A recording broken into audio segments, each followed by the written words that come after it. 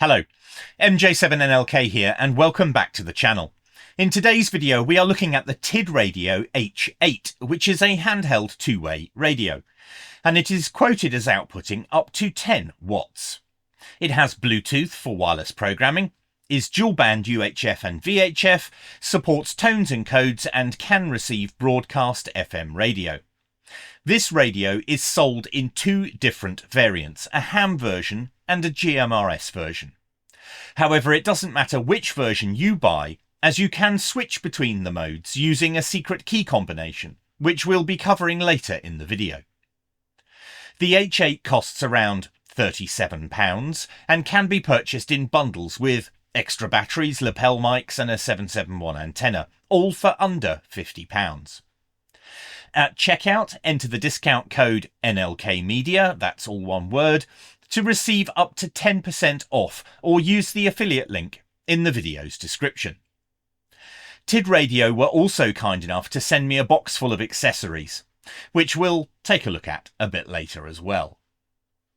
But before we continue, here is a quick message from this video's sponsor, PCBWay.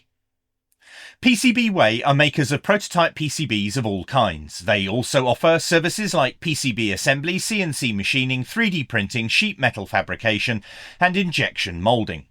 Manufacturing times are exceptionally quick and delivery is super fast. I've used their services on many occasions, and PCBWay get an NLK-Media thumbs up for quality and service. Check out their website PCBWay.com for more information, or follow the link in the video's description.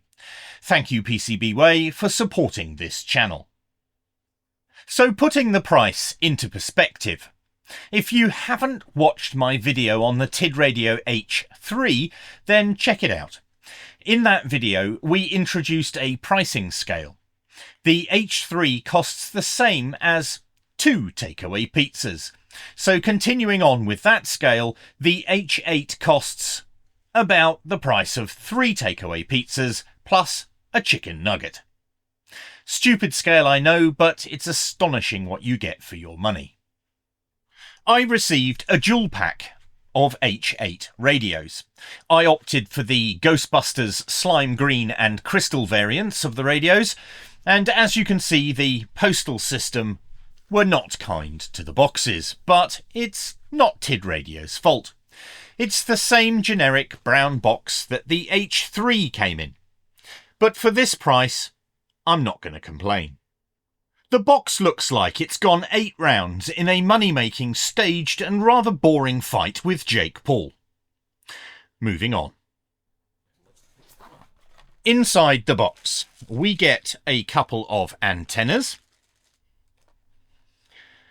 a user manual, not bad, contains most of the essential information that you need to know, and a section on the Bluetooth programming, which is nice to see. We have a couple of desktop chargers, a couple of very nice and particularly attractive wrist straps, USB cables, a couple of UK plugs, belt clips, and the radios themselves. The slime green Ghostbusters version and the crystal version. That is what you get inside the box. Let's have a look around the H8. On the right hand side we have the headphone and microphone port, which is covered by a water resistant cover, which is nice to see.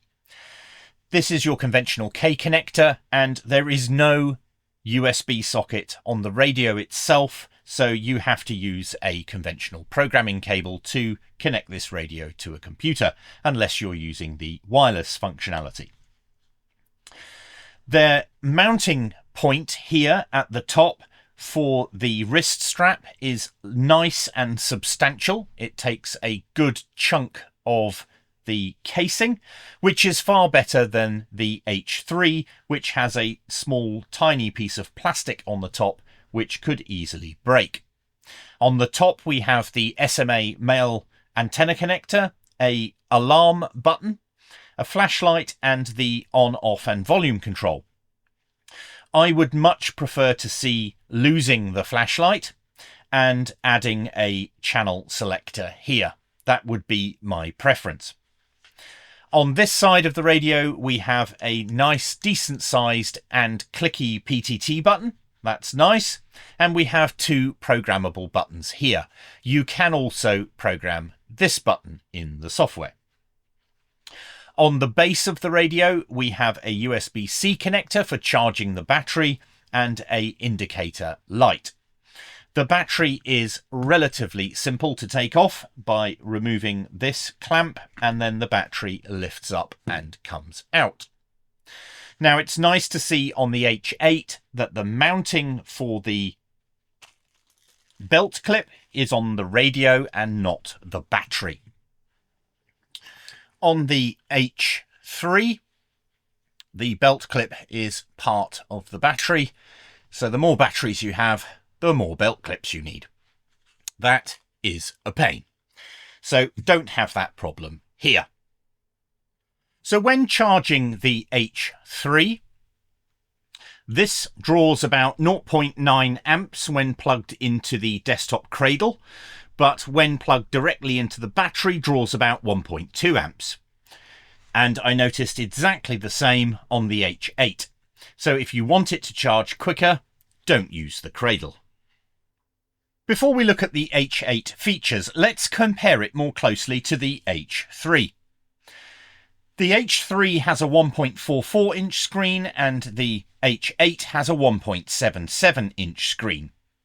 I prefer the button placement on the H3, but I prefer the button size of the H8. And the reason why I prefer the button placement is when you're holding the radio, your thumbs are pretty bent to operate the keypad at the bottom, where this is a lot more comfortable. Now let's just see on the H8 how much that weighs without antenna or anything else. 287.3. And the H3, 227.48. Not that that really matters, but the belt clip is on this radio and not on this one. But that gives you an idea of the weight difference. It's not much, but this is a bigger radio. I've put some other radios out so you can compare them for size. This is the Anytone 878, very popular radio. An ICOM ID52, Motorola R7, gives you an idea on the size difference here. So the H8, it's quoted as 10 watts. The H3 is 5 watts. Both radios are switchable between ham, GMRS and unlocked modes. They both have 2500 mAh batteries, support wireless programming, support dual watch, NOAA weather channels, CTCSS and DCS tones and codes, channel and frequency scanning, and Vox. They both have 199 channel slots, bit of a weird number, don't know why they didn't make it 200. They have adjustable mic gain. They both display the transmit power on the screen. They both have a flashlight. So they're very, very similar. Now, what is the H8 missing that the H3 supports? The dual PTT buttons. I thought this would be a gimmick, but it's actually a nice feature and it's quite useful. The H8 doesn't have that. The frequency clone or scan option, it doesn't have that. If you hold down the number 1 key on this radio when it's on, it will switch into a special mode and it will pick up the frequency and the CTCSS code of a nearby radio that's transmitting. This doesn't have that option. It does have an option in the menu to scan for CTCSS codes, but it's slow and not as good as the option in this radio. The wireless radio config cloning, I can't seem to find that. It doesn't support that as far as I can see. And it doesn't have airband receive. The H3 has airband, this does not.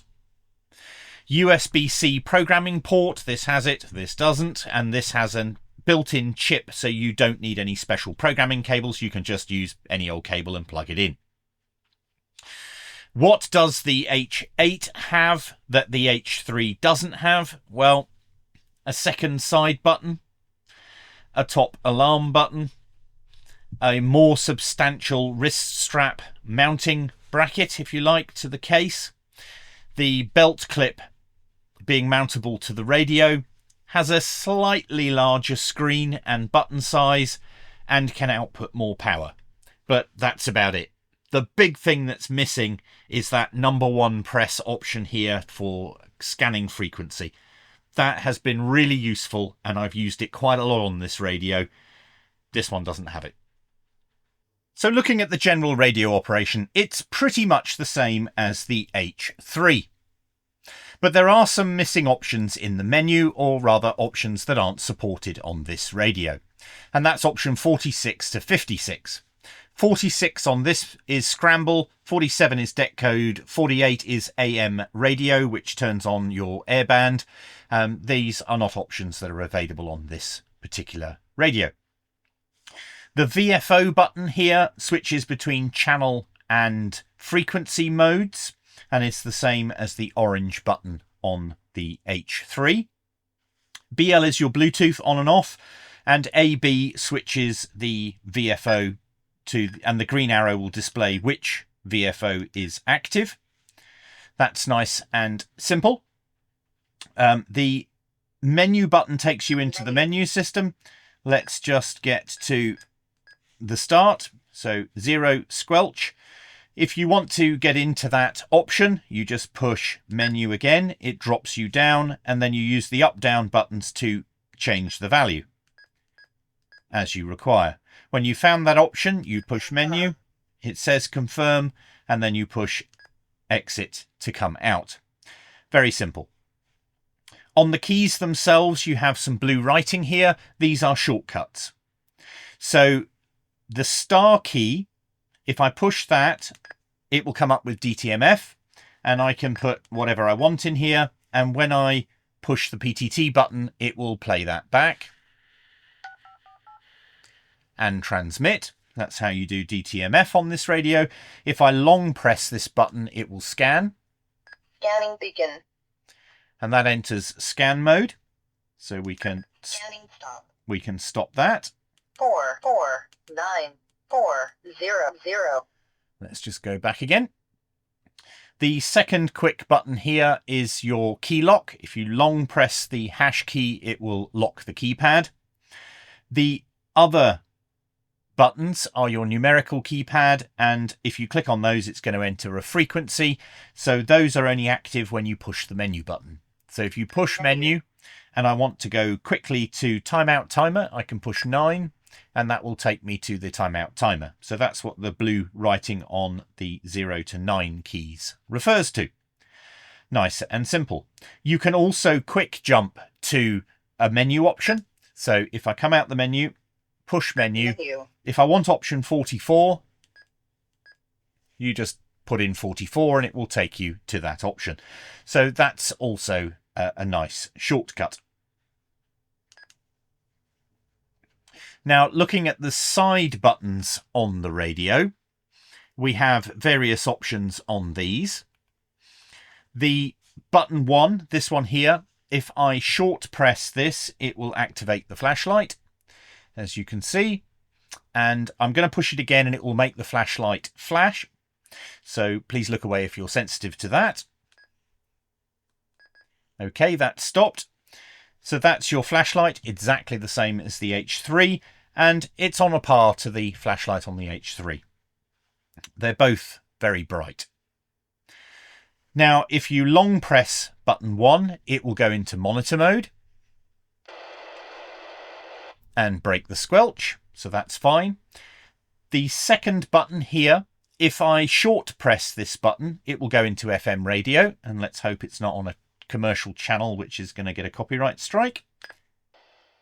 No, it's not. Good. So FM, and then you can move between your or tune your radio in to whatever you're particularly wanting. and then push it again to turn it off. If you long press that button, it will enter your NOAA weather channels, which is not supported in Europe, so only for our North American friends. And then you have to long press it again to get out of the NOAA weather channel mode. Now, the panic button that's on the top, or alarm, if I push this, now you have to be quite careful here. You have to long press that button, and if you long press it, it will activate the alarm. Now, it's not very loud, so I don't know how useful this is, but it will put the radio into permanent transmit and will transmit the alarm sound and flash the LED on top. So let's do that. But it's only relevant to the channel that you're in. So if I'm on 449-400, this radio's on 449-400. Let's just move it to the side. If I long press that button,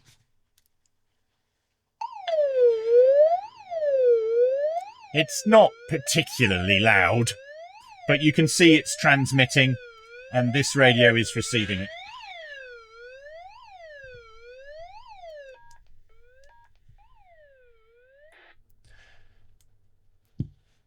And you have to turn the radio off, really, and turn it back on before that pointless feature is cancelled. And that's your alarm. Before we take a quick look at the accessories that TIDRadio sent me, I have a quick shout out for Jay from Poland. Thank you so much for your message. I will endeavour to make contact with you somehow. Okay, let's have a look at these accessories. They've sent me all sorts of bits. We have the TD-H8S, which is a VHF UHF super stubby. We've got a few of those. Let's get those out. We have the programming cable, the typical Baofeng style programming cable. We have the 771 antenna, which is used primarily for airband, but that's great. Got a couple of those. Got some headphones, and I think these are the ones with a PTT button on them and the earpiece. Never use these, but always useful to have. Another programming cable, another stubby, some UK plugs. Would be interesting to see why those are in here. USB cable. We have the lapel mic. Let's have a quick look at one of those.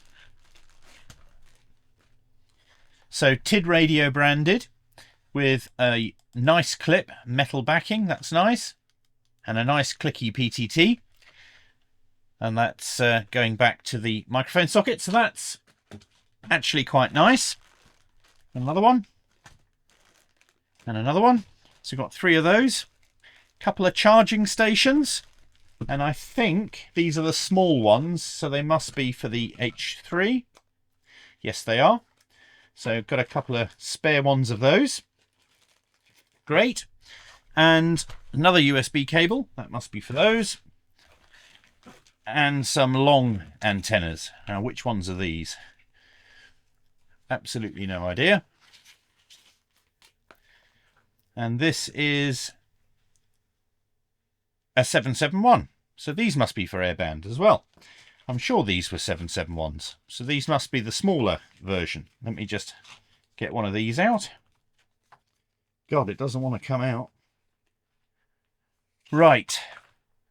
So this is a 771. So we have two different lengths of this antenna. So that's really nice. Thank you, TIDRadio, for sending all of those bits and bobs. So I'll pack this mess away and we'll carry on with the H8. I've hooked up a Quangcheng K58 to the spectrum analyzer. So I'm on channel 449-400 or frequency 449-400. So I'm going to transmit and that looks nice and clean. Hopefully you can see that okay. Now if I span that on a full span, you can see the second and third harmonic that's also being transmitted as well. So, I mean, it's not awful, but it's not great. We've got second and third harmonic showing up there. So I'm going to do the same for both the H8 and we know that the 3 is nicely filtered, but I need to swap this over to this radio and we'll test both of these and see how they fare.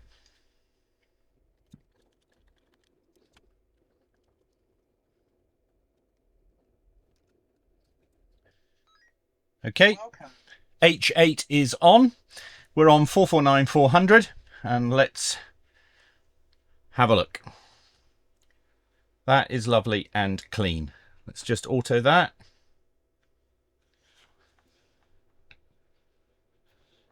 So we can see the signal as we did before. We'll do a full span on that, and that is nice and clean. We can't see the second or the third harmonic there at all.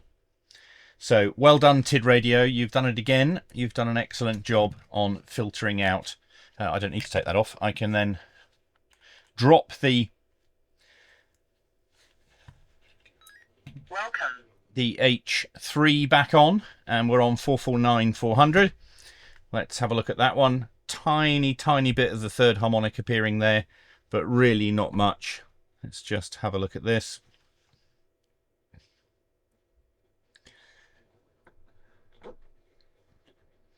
It's just the tiniest little bit there, but it's really good on the H3 and superb on the H8.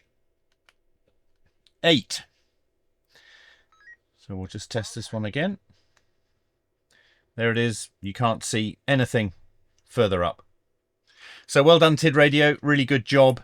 So when people say that the more budget end of the sort of Chinese radios just spit out awful transmissions with all sorts of spurious transmissions going on, not great on the Quansheng, but nice on the two H3 and H8 TID radios.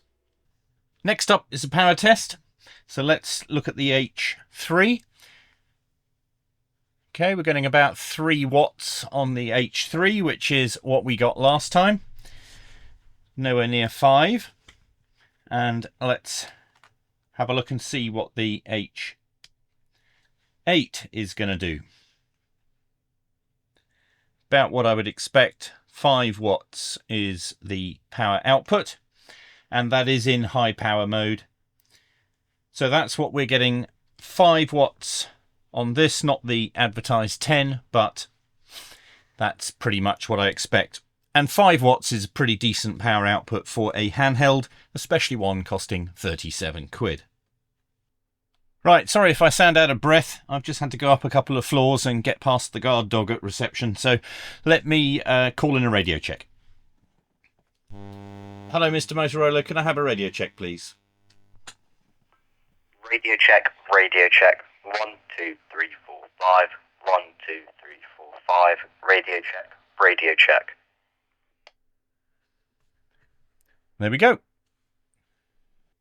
Let's talk about programming software. You have 2 options on the PC programming front. You've got Chirp or the TIDRadio CPS software. They both work fine and will do the job, but they are nowhere near the level of refinement and quality of the Motorola CPS 2.0 software. So just set your expectations if you're familiar with that software. You will need a programming cable if you're going to go the Chirp or the TIDRadio CPS software route. If you want to, you can use your mobile phone. You have the option of programming via Bluetooth, and you use the OD Master app, which works well and is quite easy to use. It's available on Google Play and iOS App Store. You can also use the OD Master web app to program the code plug and then send it to your phone, and then use your phone to write it back over Bluetooth to the radio. If you'd like me to cover programming of these radios, then drop a comment below, and if there's enough interest, I'll put a video together on this. Modifying a radio is at your own risk. You will have legal obligations in your region with regards to radio transmissions, licensing and power outputs. You should always ensure that you are not causing a nuisance and, more importantly, not causing any radio interference or distress to others. Please do not break the law in your region. If you don't have a ham radio license, then don't transmit on ham bands, or you might get into some hot water. It's just a bit of fun. Hopefully Ofcom won't get too upset. Right. Okay, this is how you can change the mode or unlock your radio. You turn it off and you have a number of options. I've found 6 or 7 so far. You push and hold the PTT button, and then if you hold number 1, and then turn the radio on, the radio will say initialize for 136 to 174 and 400 to 520. If you push menu, it will wipe the radio and set it to that mode. So well, it doesn't really matter. This is a fresh one, so I'll say OK. And that has now removed any restrictions on those. You have a second mode, which is PTT and the number 2. And if I turn that on, oops, I missed it.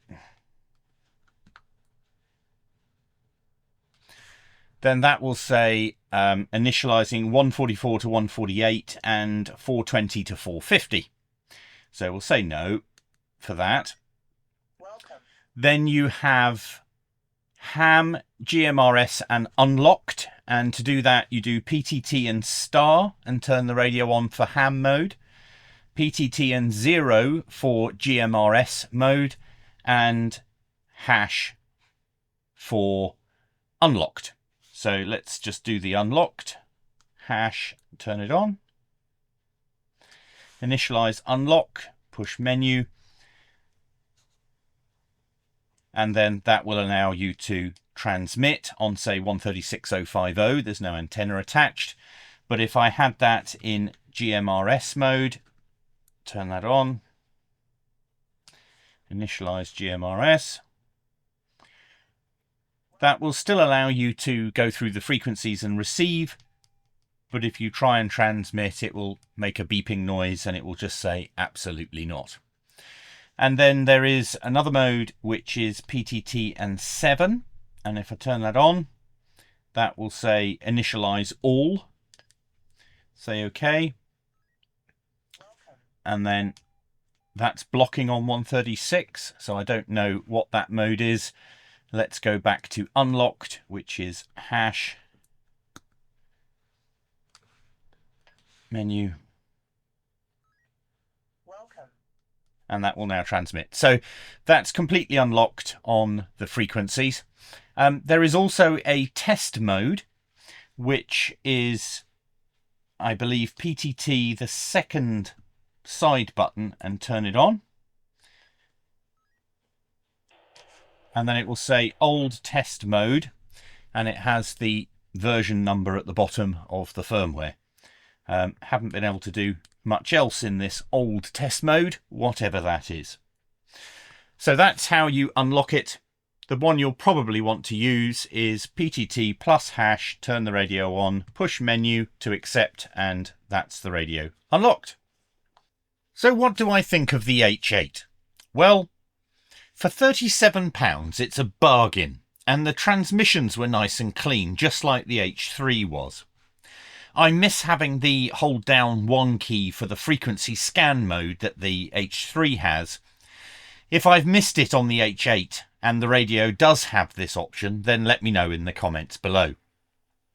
5 watts is perfectly fine for a handheld, and the difference between 5 and 10 watts is negligible anyway. I would have liked to have had a channel frequency dial on the top of the radio, but could live without the flashlight in favour of this. The speaker on the H8 is smaller, and it's not as loud as the H3, but it does have a much fuller and richer sound. The H3 is noticeably tinnier and louder, but if you're wanting to listen to FM broadcast radio, you'd be better off with the H8. I would like to see a hybrid of these two radios. Everything from the H3, but in the H8 size and form factor. Dual PTT buttons, button pad in the centre, speaker on the bottom, add a frequency dial on the top, USB-C on the side which charges and programs, the H3 only programs, 2-inch screen, bit bigger, why not? And a bigger battery. My Anytone D878 has a 3100 mAh battery, and as we're increasing in size, these two both have the same. So I'd go with a slightly bigger battery. So that's what I'd like to see out of the D8 Mark III or D9. But all in all, nice and clean on the output and decent little radio. I hope you found the information in this video helpful. If you did, then please help the channel out by giving it a thumbs up and subscribing. That really does help to ensure that I can continue to provide content. Please feel free to buy me a coffee, details in the description below. And thank you to everyone who's bought them for me in the past. If you have any questions or comments, then you know what to do. All I ask is that you keep it respectful. Trolls and nasty know-it-alls need not apply. Well, until next time, stay safe, stay happy. Catch you in the next one.